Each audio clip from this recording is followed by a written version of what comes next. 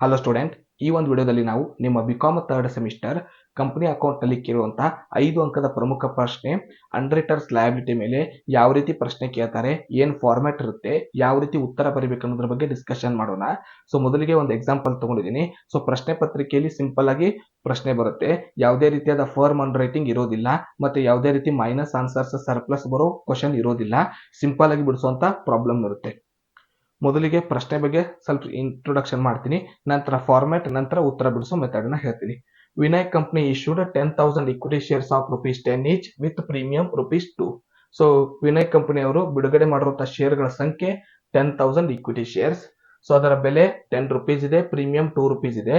So ಪ್ರಶ್ನೆಯಲ್ಲಿರುವಂತಹ rupees commission ಬರಲಿ, advance ಬರಲಿ, loan ಬರಲಿ, ಪ್ರೀಮಿಯಂ ಬರಲಿ, ಡಿಸ್ಕೌಂಟ್ ಬರಲಿ, ವ್ಯಾಲ್ಯೂ ಬರಲಿ, ಈಚ್ ಬರಲಿ, ಯಾವುದಕ್ಕೂ ಯೂಸ್ ಇರೋದಿಲ್ಲ. ಶೇರ್ಸ್ ನಂಬರ್ಸ್ ಅಷ್ಟೇ ಯೂಸ್ ಇರುತ್ತೆ ಈ ಪ್ರಾಬ್ಲಮ್ ಬಿಡಿಸುವಾಗ. The entire shares were underwritten by ABC. So ಪ್ರಶ್ನೆ ಪತ್ರಿಕೆಯಲ್ಲಿ ಅಂಡರ್ ರಿಟನ್ ಅನ್ನೋ ಶಬ್ದದ ಮೂಲಕ ನೀವು ಇದೇ ಪ್ರಶ್ನೆ ಅಂತ ಕಂಡುಹಿಡಿಯಬಹುದು. ಅಂಡರ್ ರಿಟರ್ಸ್ ಲಯಬಿಲಿಟಿ ಪ್ರಶ್ನೆಗೆ ಮೊದಲ ಲೈನ್ ನಲ್ಲಿ ಅಂಡರ್ ರಿಟನ್ ಅಂತ ಶಬ್ದ ಕೊಟ್ಟಿರ್ತಾರೆ, ಅದ್ರ ಮೂಲಕ ಅಂಡರ್ ರಿಟರ್ಸ್ ಲಯಬಿಲಿಟಿ ಅನ್ನೋ ಪ್ರಶ್ನೆ ಅಂತ ಕಂಡುಹಿಡಿಯಬಹುದು. ಸೊ ಅಂಡರ್ ರಿಟರ್ಸ್ ಯಾರ್ಯಾರು ಅಂದ್ರೆ A ಮತ್ತು B ಮತ್ತು C.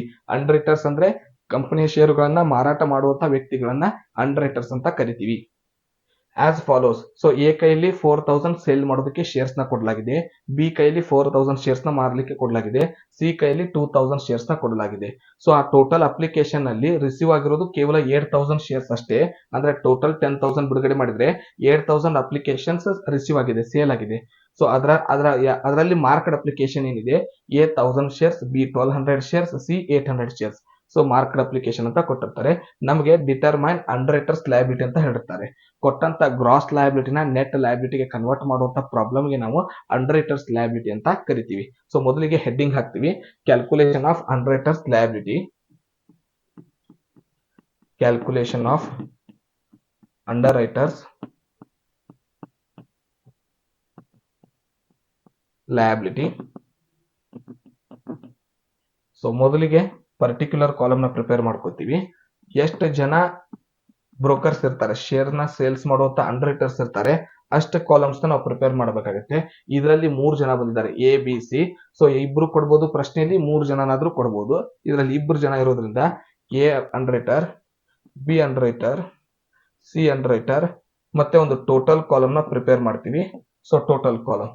ಸೊ ಇದಿಷ್ಟು ಕಾಲಮ್ಸ್ ಪ್ರಿಪೇರ್ ಮಾಡ್ಕೊಂಡ್ವಿ. ಫಾರ್ಮ್ಯಾಟ್ ಏನಿರುತ್ತೆ ಮೊದಲು ಬರಿತೀನಿ. 4 ಶಬ್ದಗಳು ಬರುತ್ತೆ. ಮೊದಲನೇದು ಗ್ರಾಸ್ ಲಯಬಿಲಿಟಿ ಅಂತ ಬರಿತೀವಿ. ಸೊ ಗ್ರಾಸ್ ಲಯಬಿಲಿಟಿಯಲ್ಲಿ ಮಾರ್ಕ್ಡ್ ಅಪ್ಲಿಕೇಶನ್ ಮೊದಲು ಮೈನಸ್ ಮಾಡ್ತೀವಿ. ನೀವು ಅನ್ಮಾರ್ಕ್ಡ್ ಅಪ್ಲಿಕೇಶನ್ ಕೂಡ ಮೊದಲು ಮೈನಸ್ ಮಾಡಬಹುದು. ಮಾರ್ಕ್ಡ್ ಅಪ್ಲಿಕೇಶನ್ ಮೈನಸ್ ಮಾಡಿದ ನಂತರ ಬರೋ ಆನ್ಸರ್ಗೆ ರಿಮೈನಿಂಗ್ ಲಯಬಿಲಿಟಿ ಅಂತ ಕರಿತೀವಿ. ಇದರಲ್ಲಿ ಅನ್ಮಾರ್ಕ್ಡ್ ಅಪ್ಲಿಕೇಶನ್ ಮೈನಸ್ ಮಾಡಬೇಕು. ಬಂದ ಆನ್ಸರ್ಗೆ ನೆಟ್ ಲಯಬಿಲಿಟಿ ಅಂತ ಕರಿತೀವಿ. ನಾವು ಕಂಡುಹಿಡಿಯಬೇಕಾಗಿರೋದು ಈ ನೆಟ್ ಲಯಬಿಲಿಟಿ. ಸೊ ಇದಿಷ್ಟು ಫಾರ್ಮ್ಯಾಟ್. ಈ 4 ಶಬ್ದ ನೀವು ನೆನಪಿಟ್ಕೋಬೇಕು, ಇದೇ ಫಾರ್ಮ್ಯಾಟ್. ಮೊದಲಿಗೆ ಗ್ರಾಸ್ ಲಯಬಿಲಿಟಿ ಹಚ್ಚೋದು ಹೇಗೆ? ಕ್ವಶನ್ ಅಲ್ಲಿ ಇರುವಂತಹ ಇಶ್ಯೂಡ್ ನಂಬರ್ ನ ನೋಡಬೇಕು. ಎಷ್ಟು ಟೋಟಲ್ ನಂಬರ್ ಇದೆ? 10,000. ಇದನ್ನ ಟೋಟಲ್ ಕಾಲಮ್ ನಲ್ಲಿ ಎಂಟ್ರಿ ಮಾಡ್ಕೋಬೇಕು. ಇದನ್ನ ಡಿವೈಡ್ ಮಾಡೋದು ಹೇಗೆ? ಒಂದೊಂದು ಪ್ರಶ್ನೆಯಲ್ಲಿ ಡೈರೆಕ್ಟ್ ಆಗಿ ಹೀಗೆ ಡಿವೈಡ್ ಮಾಡಿದ ನಂಬರ್ಸ್ ಕೊಡ್ತಾರೆ, ಒಂದೊಂದು ಪ್ರಶ್ನೆಯಲ್ಲಿ ಪರ್ಸೆಂಟೇಜ್ ಕೊಡ್ತಾರೆ. ಫಾರ್ ಎಕ್ಸಾಂಪಲ್ ಈಗ 30%, 50%, 20% ಅಂತ ಕೊಟ್ಟಿದ್ರೆ 10,000 ಶೇರ್ಸ್ ಗೆ 30% ಮಾಡಿ 3,000, 10,000 ಗೆ 50% ಮಾಡಿ 5,000, 10,000 ಗೆ 20% ಮಾಡಿ 2,000. ಈ ರೀತಿಯಾಗಿ ಪರ್ಸೆಂಟೇಜ್ ಮಾಡಿ ಹಚ್ಚೋದಿರುತ್ತೆ. ಇಲ್ಲ ಡೈರೆಕ್ಟ್ ಆಗಿ ಹೀಗೆ ನಂಬರ್ ಕೊಟ್ಟಿರ್ತಾರೆ, ಇಲ್ಲ ರೇಷಿಯೋ ಕೊಟ್ಟಿರ್ತಾರೆ, 3:2:1 ಈ ಟೈಪ್. ಸೊ ಅವಾಗ ಆ ನಂಬರ್ಸ್ ಮೂಲಕ, ರೇಷಿಯೋ ಮೂಲಕ ನಾವು ಡಿವೈಡ್ ಮಾಡ್ಕೋಬೇಕಾಗುತ್ತೆ.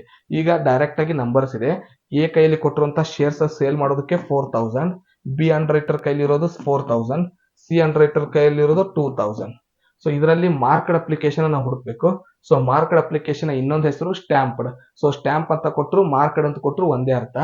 ಎ 1,000 ಮಾರ್ಕ್ಡ್ ಅಪ್ಲಿಕೇಶನ್ ಇದೆ, ಬಿ 1,200 ಮಾರ್ಕ್ಡ್ ಅಪ್ಲಿಕೇಶನ್ ಇದೆ, ಸಿ 800 ಮಾರ್ಕ್ ಅಪ್ಲಿಕೇಶನ್ ಇದೆ. Total marked application total column ನಲ್ಲಿ ಹಚ್ತೀವಿ, ನಾವೇ ಟೋಟಲ್ ಮಾಡ್ಕೋಬೇಕು. ಸೊ ಟೋಟಲ್ ಮಾಡಿದಾಗ ಇದು 3,000 ಶೇರ್ಸ್ ಇದೆ. ಮೈನಸ್ ಮಾಡಿದಾಗ ರಿಮೈನಿಂಗ್ ಲಯಬಿಲಿಟಿ. 4,000 ಅಲ್ಲಿ 1,000 ಮೈನಸ್ ಮಾಡಿದಾಗ 3,000 ಬ್ಯಾಲೆನ್ಸ್ ಉಳಿಯುತ್ತೆ. 4,000 ಅಲ್ಲಿ 1,200 ಮೈನಸ್ ಮಾಡಿದಾಗ 2,800 ಬ್ಯಾಲೆನ್ಸ್ ಉಳಿಯುತ್ತೆ. 2,000 ಅಲ್ಲಿ 800 ಮೈನಸ್ ಮಾಡಿದಾಗ 1,200 ಬ್ಯಾಲೆನ್ಸ್ ಉಳಿಯುತ್ತೆ. 10,000 ಅಲ್ಲಿ 3,000 ಮೈನಸ್ ಮಾಡಿದಾಗ 7,000. ಇದನ್ನ ರಿಮೈನಿಂಗ್ ಲಯಬಿಲಿಟಿ ಅಂತ ಕರಿತೀವಿ. ಈಗ ಅನ್ಮಾರ್ಕ್ಡ್ ಅಪ್ಲಿಕೇಶನ್ ಕಂಡುಹಿಡಿಬೇಕು. ಸೊ ಅನ್ಮಾರ್ಕ್ಡ್ ಅಪ್ಲಿಕೇಶನ್ ಪ್ರಶ್ನೆಯಲ್ಲಿ ಕೊಡೋದಿಲ್ಲ, ಅದಕ್ಕಾಗಿ ಒಂದು ಸಿಂಪಲ್ ವರ್ಕಿಂಗ್ ನೋಟ್ ಹಾಕಿ ನಾವೇ ಕಂಡುಹಿಡಿತೀವಿ.